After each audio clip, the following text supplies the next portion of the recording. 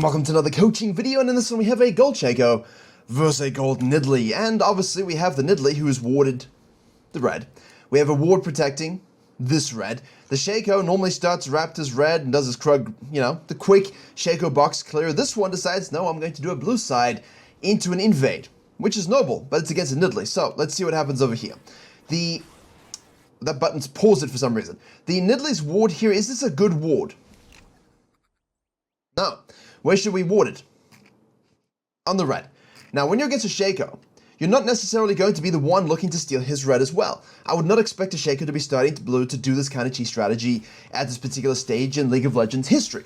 I would expect to be doing this really quickly, so what can I do that takes away his options and just prevents him from getting any cheese off successfully? The Nidalee, unfortunately, has gone from the blue to the wolf camp here.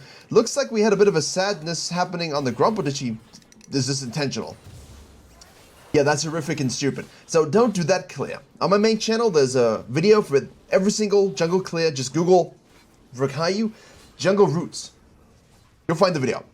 Shaco has gone blue to red to Krugs. We have no idea that he's done this. Why is this the button that's pausing it? See, look at this. That's just a camera view, but hey, Riot Games. I don't know. The hotkeys on the camera tool just randomly do random things at every point in time.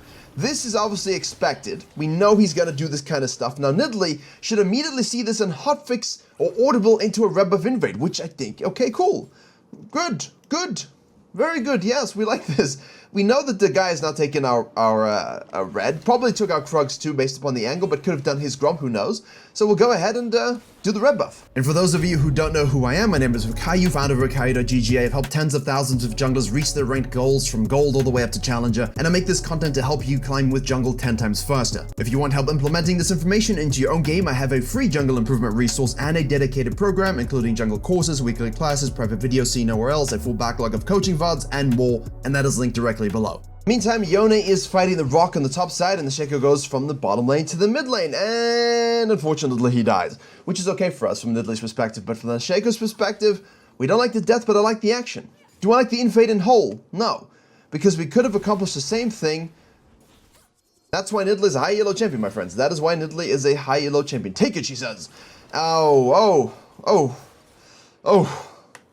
Look, I'm not trying to throw shade. I'm not trying to be mean about this, but if you are a Nidalee main in this MMR range, and you are still in this MMR range, your Nidalee is probably not that good. Because even with suboptimal jungling, the things she enables, mechanically and pathing-wise, are just so good that you should climb inherently. Also, and most importantly, if you're good at Nidalee, you're probably good at jungle too, because that's what it requires to go hand in hand, right? So yeah, right. You saw mechanically why there's an issue with the Shaco. I like the cheese. I also don't like the cheese because in the end, not much changes. You could have just done a red side quadrant, coming down and ganked the bottom lane. You could have ganked mid lane first and then ganked the bottom lane. Yeah, the Nidalee's going to be sequencing down. Maybe we could invade her and cheese her there as well, especially Nidalee's in this MMR who clears slow and with not a lot of health. Still, good cheese. Should have been warded. I would have seen it. The Nidalee reacted anyway. That's the important thing here. Normally, if the Nidalee went blue Grump Wolves was on her way down to the Raptors by the time she saw the Shaco, then it's less of a potential play. Shaco shows up again. Outside in rule, goes straight to the Scuttle Crab, places the boxes. Yo, can I kill you? Run away from me, please. Yes, he does. We'll use the Q, extra backstab passive. Thank you so much. Nidalee, in the meantime, is on the bottom side, going to counter jungle a level 1 Grump. So, who has had the better early game, do you think, at this particular stage? Obviously, the Shaco. Again, I'm not a fan of the cheese. Don't think we necessarily need to do it to accomplish what we wanted to. But if you're going to cheese, this is how you do it. You make sure you take away the buff early. You take away the third camp that gives you level 3. You don't waste time on the Raptors. You gank the side lane. You gank the mid lane to take that away as well. You go back to base. You know your red's gone because you see the Nidalee come over the wall. So you take the Scuttle and you gank the top lane too. The control you have is absolutely massive, and I like it. I am a fan of this early game. So 2 games in a row, 2 days in a row, 2 coaching channel videos in a row where silver and gold junglers have done some good things. Now, when you have guaranteed CC, usually the spear should hit, but you can see the confidence is shaken from this Nidalee. Doesn't have the confidence of Yankos to just chuck spears out. But you look at this, that's what I'm talking about, right? So from a Nidalee perspective, and we have a challenger Nidalee one trick in the private Discord for Virkayu.gg that you would have just heard about, that streams regularly and gives tips and everything like that. Guys, literally, challenger, Korean, No, he's not Korean. He's a challenger Nidalee one trick. And the biggest thing is not being afraid to, one, utilize your human form with autos, right? But also, you're not saving a spear for the perfect moment. You're trying to weave the spears all the time. It's a semi-spammable spell. Also, all of her human form things can animation cancel. So you can really get a lot of your auto attacks, auto attack cancel. You can get a lot more auto attacks than you think. And when you're walking up there, if you truly cannot hit a spear, keep chugging your autos, right? Keep placing traps, keep doing those kinds of things. You can obviously cancel those autos with your spears as well. Okay, now we're cheesing a Malphite with nothing but an Amp Tome and a Dark Seal with no camps to steal while he pushes this wave. The Nidalee is lost. The Nidalee is lost, and we can agree wholeheartedly that the Challenger Nidalee player would have killed the Katarina here, would have taken the sucker over here, would have been able to control the top side of the map more, and therefore wouldn't be in this really weird situation of, I don't know what to do now. So, when you're playing Nidalee, please. A lot of games to fix your mechanics, but also, it's why I just don't recommend it for this MMR range. You can play her, go for it. Like, honestly, the game's about having fun. If you want to play Nidalee, play Nidalee. Just understand it's going to take you 100,200 mastery points to be somewhat decent. And even high elo EOS, very few players play Nidalee to such a degree that you're like, that's a good Nidalee player. One of them is the player I'm mentioning. So, Shaco's perspective here, the cheese perspective, if you can do it, get away with it, and understand the continuous pressure thereafter, do it. We enjoy it. But pay attention to whether or not... How long was the video paused? How long was this paused over here? Because it seems like it was paused a long time. You don't have time to sit here and do nothing, right? You have no econ. Malphite's going to be hitting 6 very, very shortly. And again, if you're going for a dive at 725, and this guy's not yet level 6, he damn well will be. He's actually further away than I thought. Really an abysmal top laning phase. But you're not going to be doing this at 725 because in your mind, he should be damn close to 6. Because the 530 wave to 6-minute wave gives level 6.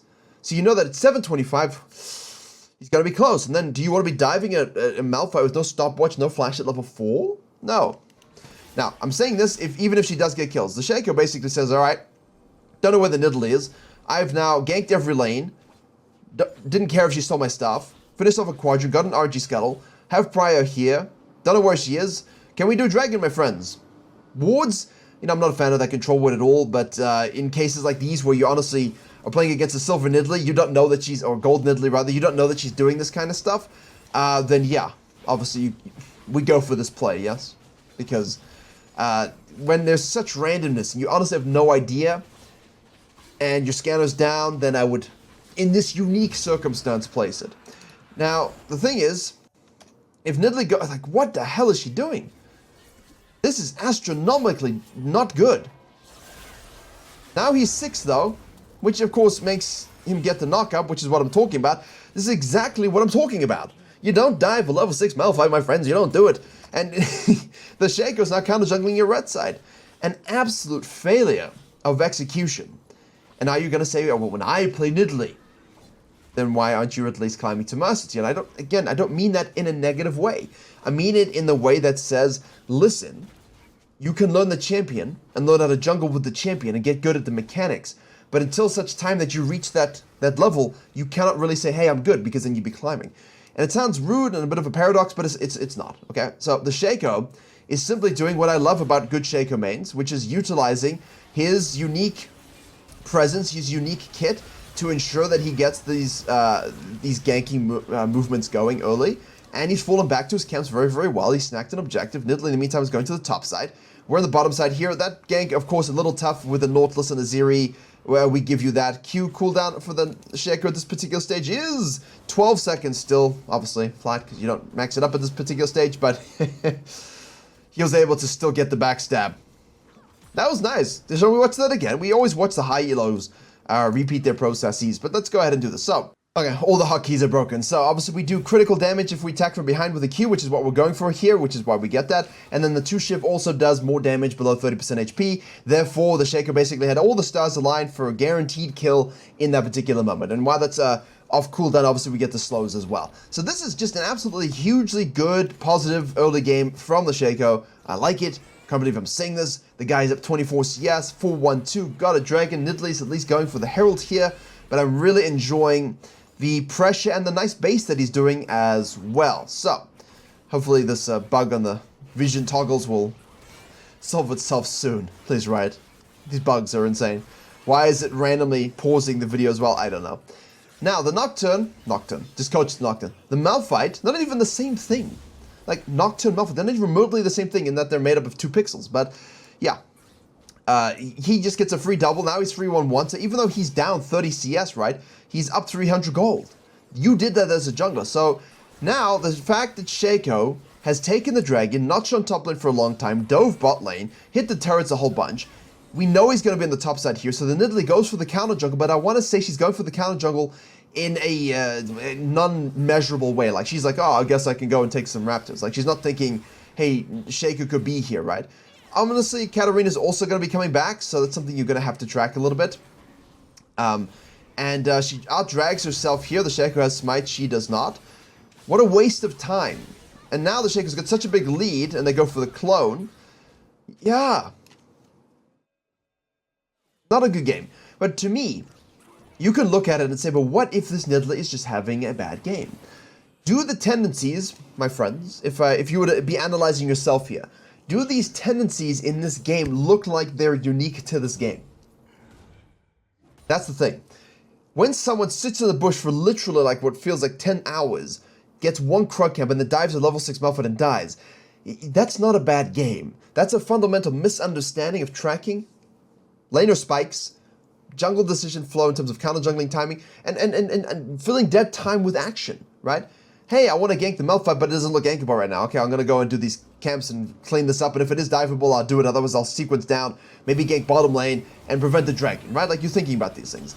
Okay, let's have a quick look to see what started that fight. Sorry to cut quickly. It's because I wanted to see how this happened. So the Nautilus goes over to clear the vision that the Shaco placed. Now it gets 2v1. The Zeri was going back to the lane. The Lux is down here ulting. So Katarina isn't rotating. They're pinging her. The Sivir's able to flash out. The Shaco's coming back from the base here. This is a risky fight to trail because Katarina Deathloader's ult resets. Ay, ay, ay, bang, bang. This is not a good game. But again, if you're gold, do you see what the Shaco's doing that is allowing this? It's easy. The guy just dominated the early game, ganked every single lane, absolutely cleaned house, got a dragon. Yes, he lost to Herald, but the Nidalee still hasn't used it. Was able to push her off his own camps because for some reason her counter jungler was off. This is what you have to play like, and this is what the Nidalee is going to be when you face a Nidalee in this elo. Or, you know, most junglers are doing this. They're just doing it with Hecarim so it can be covered up. Any skillful jungler will not be able to get that away. That's the most important thing to note. Now, obviously, we do a little bit of that. We're waiting for the dragon here, so there's no point in really overly...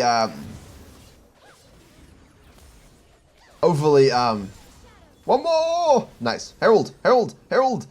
Oh, wait, we don't have Herald. The Nidalee has Herald. In my brain, the Shaco had Herald. I'm like, yes, we can activate it.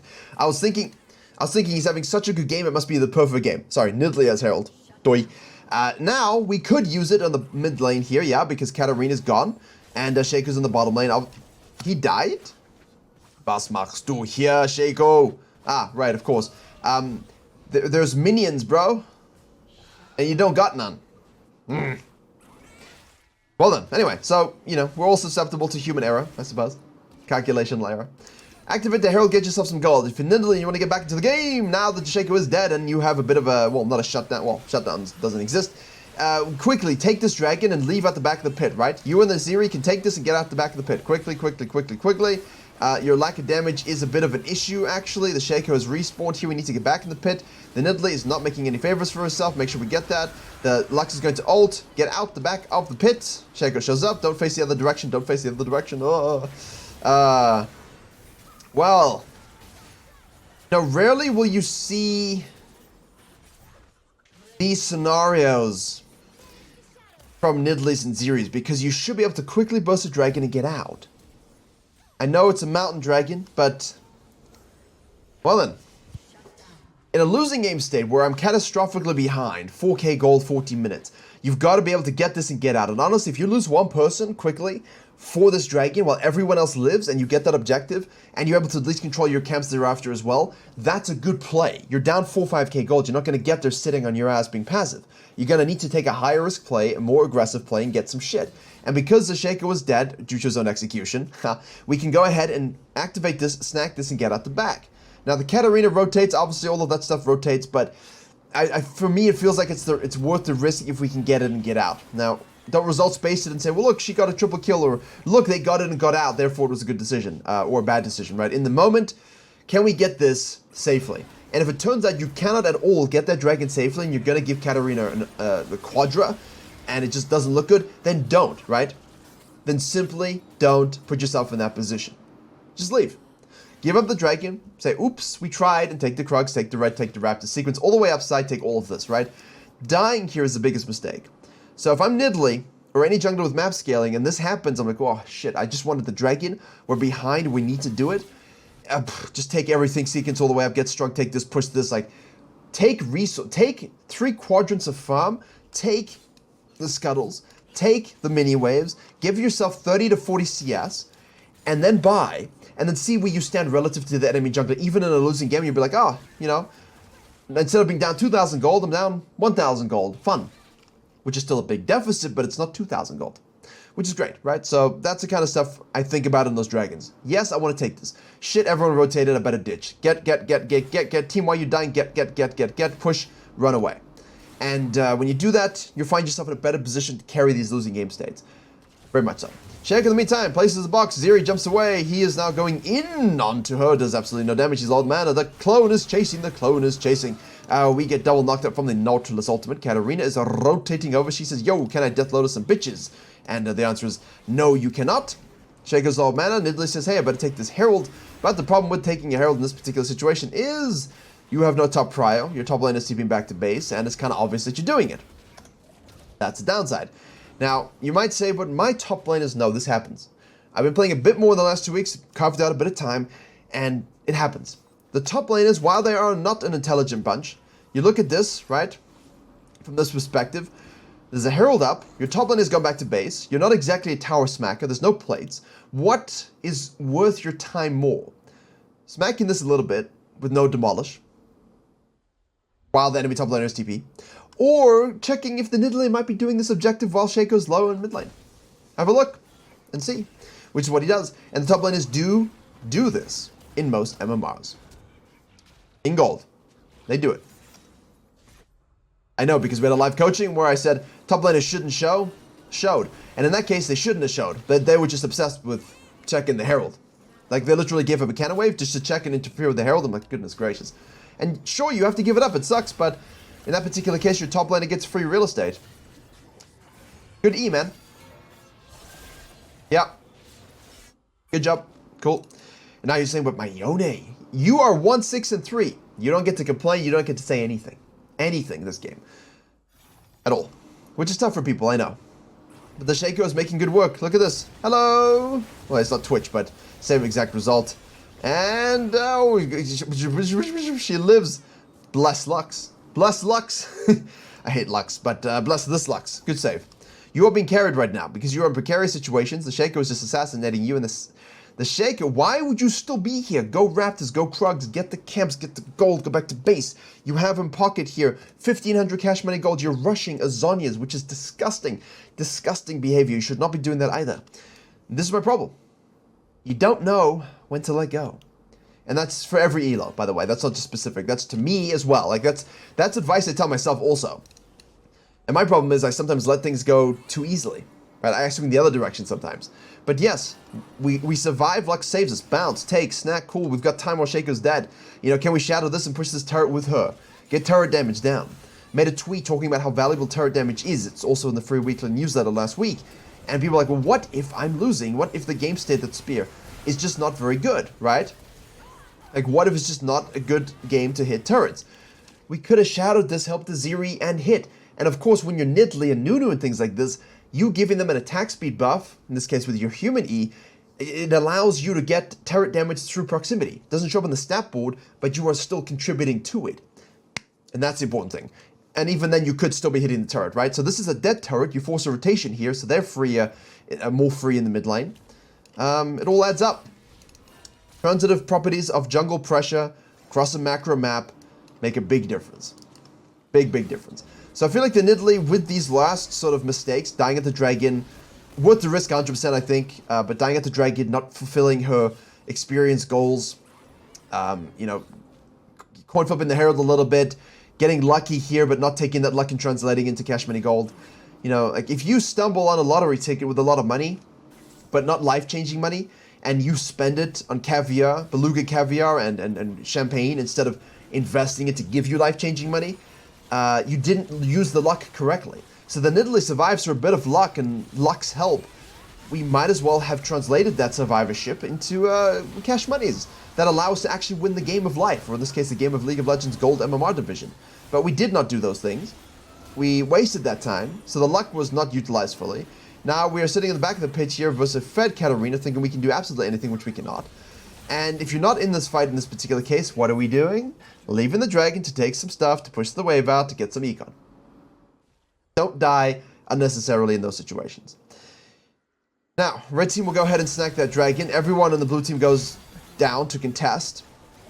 That looks a little bit like Lux can try and make things happen. Shaco's the assassin, so a lot of Shacos in this elo actually have good early games, if you can believe it or not. Like Static Shiv.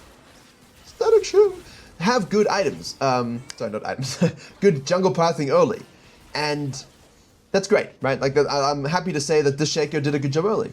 Just like the jungler yesterday in the silver game. But then they stop thinking like an assassin. They start thinking like a frontline tank. Why?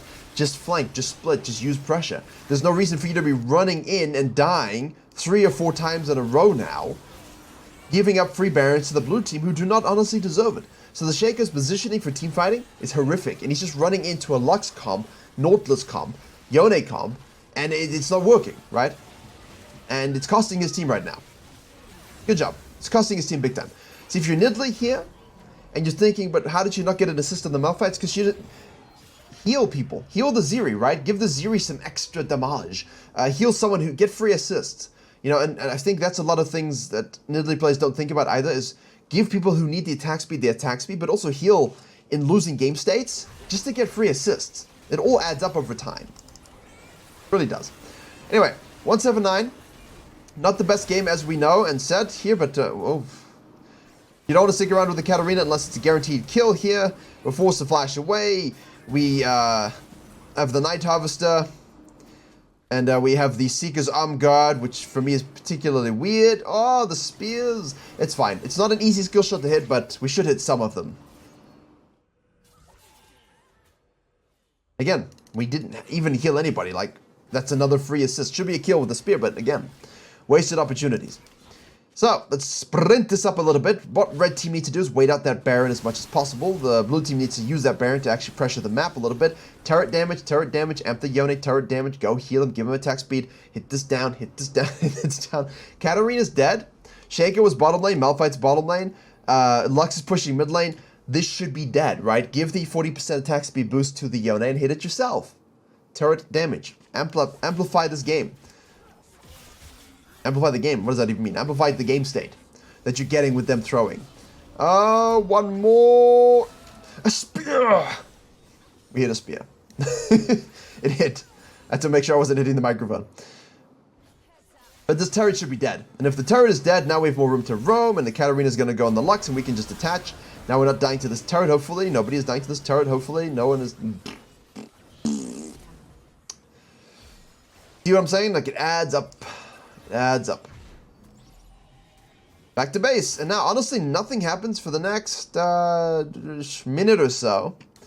And then the Shaco is over pushing with the Malphite. And now the Katarina is sitting here with the Rel. The Nautilus is going to face check this. The Shaco is on his Gromp. Only 1 assist in the recent times. And Katarina is going to show up here and use her lead to get the kills. But much like our Silver Jungler yesterday, the Shaco is not involved. He's gone back farming instead of trying to make this game a one situation. We go all in on the Rel while Katarina dives in the back line, gets a triple kill. Now we'll get a quadra kill most likely. There it is. Is there a pentakill? Pentakill. Pentascroll. Maybe. She doesn't want to go for it. How un-Katarina-like. How disciplined. That's not fun. Katarina mains are meant to be undisciplined, because her champion is easy. Ah. She is easy inherently in the way that she's easy, but the skill ceiling is giga, right? Like, don't confuse those two things. Yeah. This whole separate discussion on champion difficulty, floor ceilings, and nuances about the roles, and metas, and items, and never mind. It's a discussion for a separate day. So, yeah, she dies anyway. Catching waves, catching strays. Red team are showing up now with... I mean, the Shaco has really fallen off, just like most junglers do. They just start farming too much, not with their team. They team fight wrong. They think it's their team's fault. They don't split push properly. I'll leave a link, as always, to my mid-game macro to help you with this transition phase. Main channel also has team fighting video, total team fighting video from the courses, free of charge. Just Google Virkayu team fighting, and you should have it on the YouTube channel. YouTube it. Now we're just waiting.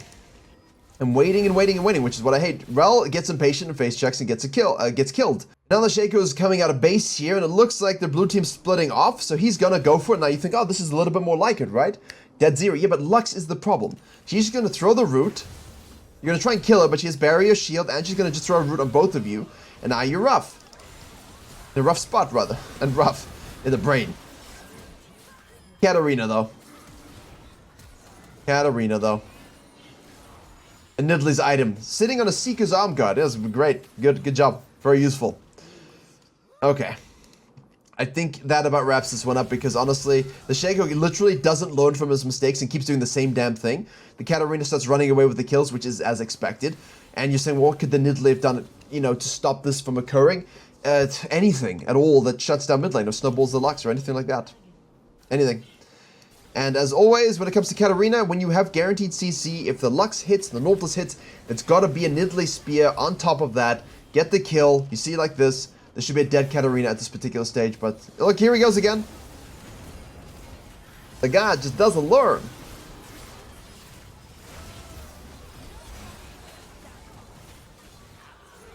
The Shaco, honestly, that's the biggest fall-off I've seen from early game strategies to mid to late game strategies I've seen in a while. That's a big one. So, again, hopefully you can see pros and cons, good and bad from this particular MMR range. Stuff to keep building up your knowledge base so you can be a platinum jungler. Otherwise, head to Virkayu.gg for the good juice.